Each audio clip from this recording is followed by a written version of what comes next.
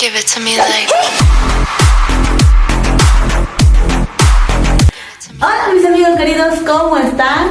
Hoy espero que se encuentren muy bien y hoy les voy a explicar un tema muy importante. Es el tema denominado bruxismo. El bruxismo es un trastorno en donde aprietas, rechinas o brujes los dientes de manera inconsciente. Esto principalmente puede ocurrirnos en el día que es denominado bruxismo diurno. También estamos esto que se puede ocasionarse o puedes hacerlo de manera inconsciente, apretar o rechinar los dientes en las noches, denominado bruxismo nocturno, que esto es lo más común que se presenta en los pacientes.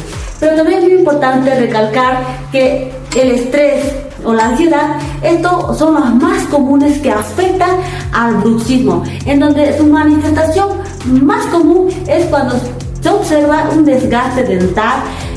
Va a haber una sensibilidad dentaria, ocasiona lo que es la fractura, un desprendimiento de las restauraciones y pérdida de anclaje de los dientes. Pero también es muy importante que esto también va a repercutir a los músculos de la masticación y articulación de la mandíbula, provocando dolor y chasquido. Puede ocasionarnos dolor de cabeza, dolor de oído. Y esto también puede haber otras graves enfermedades.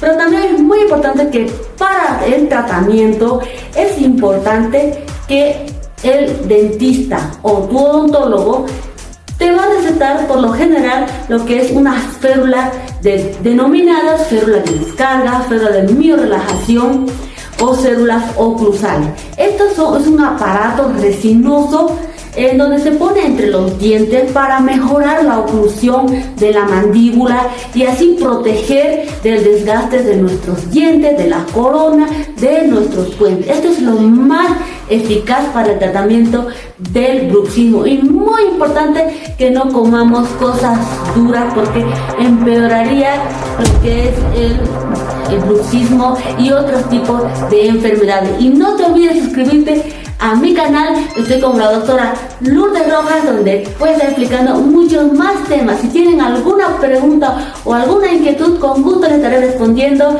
y que tengan un hermoso día. Give it to me like.